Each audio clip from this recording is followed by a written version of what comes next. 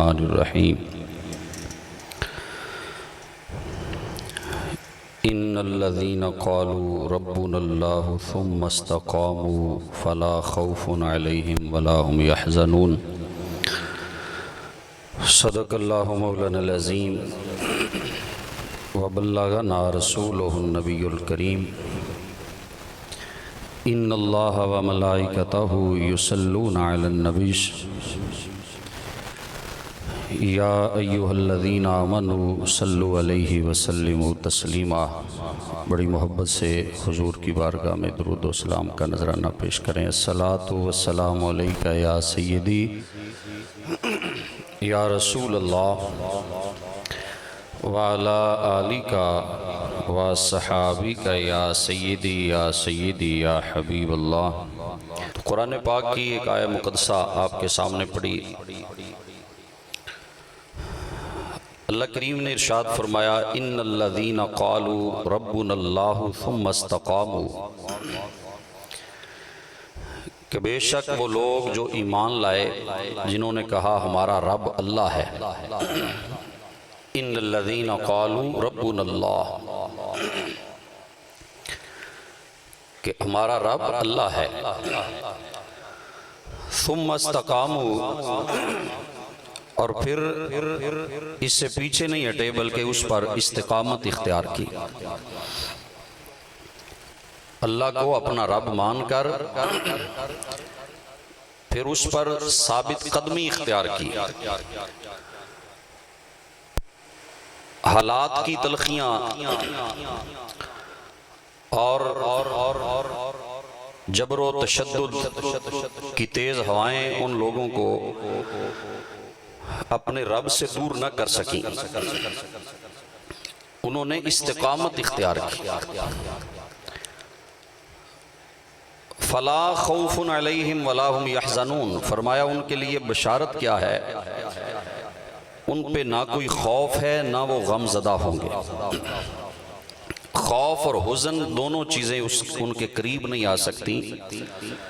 क़यामत के दिन खौफ नहीं होगा और मौत के वक़्त गुजरे हुई ज़िंदगी पर उन्हें कोई अफसोस नहीं होगा। अफसोस तो उस चीज़ पे होता है, गम तो उस चीज़ का होता है अगर कोई ज़ाया हो जाए तो, और खौफ उससे होता है जिसने कोई जुर्म किया हो।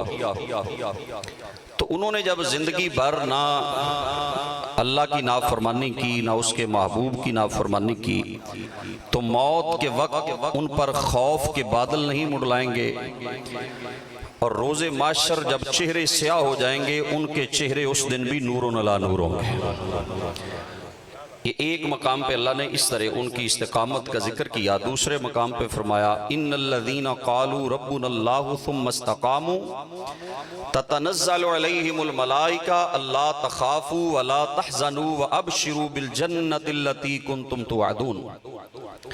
बेशक जिन लोगों ने कहा हमारा रब अल्लाह है, फिर उस पर साबित कदम हो गए, तो उन्हें क्या मिलेगा? फरमाया ततनज़्ज़लु अलैहिमुल मलाइका, उन पे अल्लाह के फरिश्ते नाज़िल होते हैं।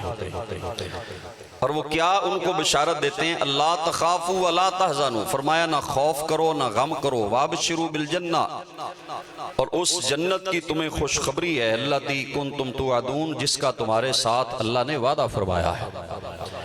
लेकिन ये दोनों चीज़ों का जिक्र साथ है, अल्लाह से ताल्लुक जोड़कर फिर उस पर इस्तिकामत इख्तियार करना, उस पर इस्तिकामत इख्तियार करना। वली जो होता है, हमने उसकी करामत पे ज्यादा जोर दिया है। करामत वली हक है, हम औलिया की करामात के कायल हैं और कुरान से साबित हैं। लेकिन करामत बाद में है, इस्तिकामत पहले है। वली की इस्तिकामत पहले है, करामत बाद में है। इस्तिकामत होगी तो वो साहिब करामत होगा ना। अगर इस्तिकामत ही नहीं है तो वो कभी साहिब करामत नहीं हो सकता। इसलिए अल इस्तिकामत व फौकल करामा, उलमा फरमाते हैं इस्तिकामत जो है वो करामत से ऊपर का दर्जा रखती है। हमने ज्यादातर यही पढ़ा, हुजूर गौसे आजम की करामात सुनी सुनाई पढ़ी पढ़ाई, लेकिन कभी ये भी गौर करें कि गौसे आजम की इस्तिकामत का आलम क्या है। उनकी इस्तिकामत किस पाए की है, उन्होंने अल्लाह के दीन पर किस कदर इस्तिकामत इख्तियार की है।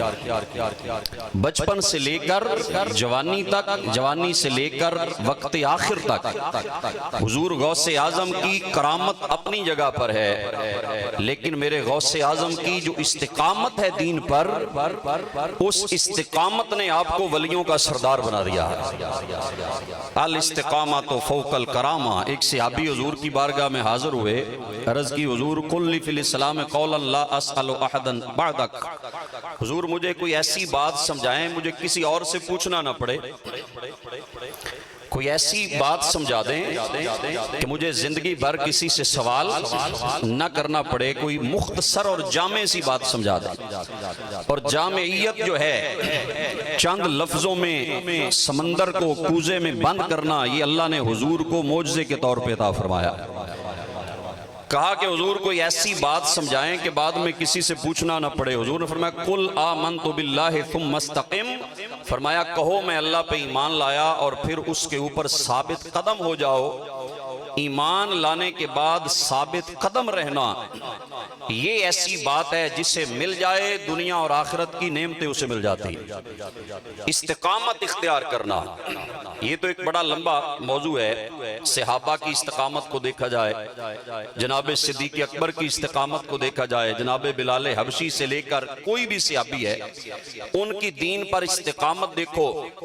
वो सिर्फ हालात के साथ चलने वाले न थे कि हालात अगर साजगार हैं तो फिर हम दीन पे अमल करें, और जैसे ही हालात तलख हुए तो हम दीन से पीछे हट गए। नहीं, अगर इस्तिकामत सीखनी है तो आओ मेरे आका इमाम हुसैन करबला वाले शाह सवार से सीखो।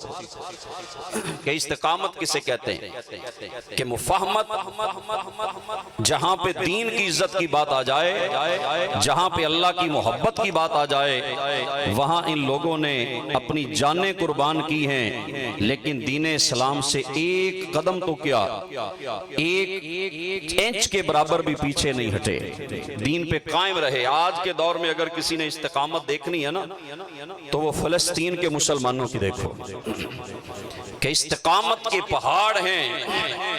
हर रोज एक करबला बपा होता है, हर रोज करबला का नक्शा गज़ा के अंदर वो दोहराया जाता है, लेकिन वो औरतें, जवान, बूढ़े, बच्चे, वो सारे के सारे इस्तिकामत का कोहे गरा हैं, और वो कह रहे हैं मुफाहमत ना सिखा जबरे नारवा से मुझे, मुफाहमत ना सिखा जबरे नारवा से मुझे, मैं सर्ब कफ हूं लड़ा दे किसी बला से मुझे। और जफा जो इश्क में होती है वो जफा ही नहीं, सितम ना हो तो मोहब्बत में कुछ मजा ही नहीं। ये इस्तिकामत का पहाड़ है वो लोग। हम हालात की तलखियों से लड़ने के काबिल नहीं, लेकिन वो अल्लाह के बंदे जो साहिब इस्तिकामत होते हैं। हजूर सैयदना गौसे आजम शेख अब्दुल कादर जिलानी, जब आप निजामिया मदरसा बगदाद में पढ़ते थे तो इस्तिकामत क्या थी, इल्म पर क्या इस्तिकामत थी कि खाने को कुछ नहीं मिला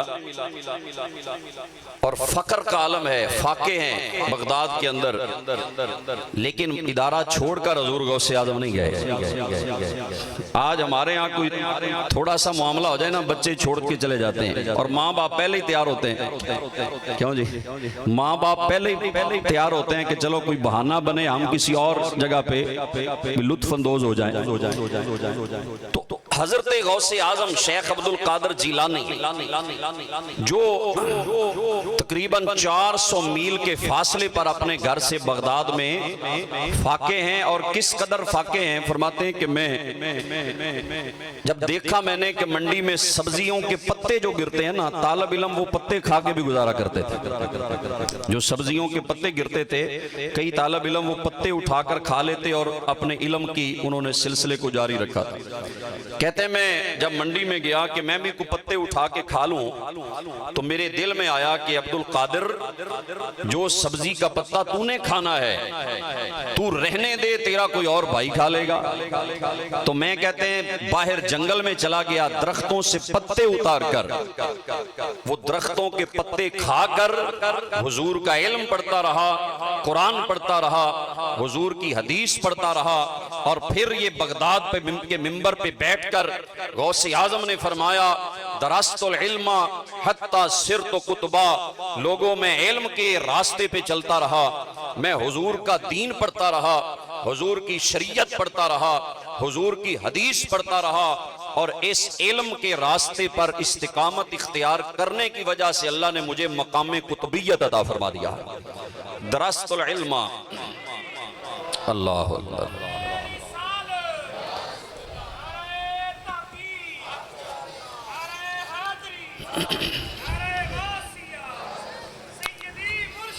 या नबी या हजूर गौसे आजम इल्म पर इतनी इस्तिकामत है। और बगदाद के मिंबर पे बैठे तो वहां हालात क्या थे, जालिम हुक्मरान मुसल्लत थे, जालिम हुक्मरानों के पास ज़मामे इक़्तिदार थी, और खलीफा मुस्तंजद बिल्ला ये अशरफियां 10 थैलियां लेके हजूर गौसे आजम की बारगाह में आया, कहने लगा मेरा ये तोहफा कबूल फरमाएं।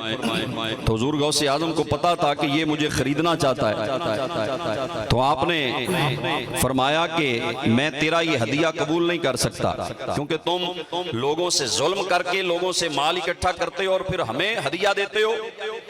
उसने कहा, जब ज्यादा जिद की कि नहीं आप ले लें, तो आपने एक थैली उठाई और उसको निचोड़ना शुरू किया। जब निचोड़ा तो उसमें से खून निकल कर बहना शुरू हो गया। जब खून बहने लगा तो आपने फरमाया, अगर तुम्हारा हुजूर की जात से रिश्तेदारी ना होती, तुम बनु अब्बास से ताल्लुक रखते हो, अगर तुम्हारा नस्ब का रिश्ता ना होता तो मैं इतना खून इसमें से निकालता तुम्हारे महल तक पहुंच जाता। फरमाया, लोगों का खून चूस कर मेरे पास ले आए हो, तुम्हें इतना नहीं पता ये हुसैन का शहजादा है, ये आले नबी हैं, ये इस्तिकामत, ना खौफ ना डर ना किसी मकाम पे हक से पीछे हटे, ये हुजूर गौसे आजम की इस्तिकामत है जो करामत से भी आला है। ये साहिब करामत सिर्फ होना ये काफी नहीं, बल्कि वली का साहिब इस्तिकामत होना ये बहुत बड़ी बात है।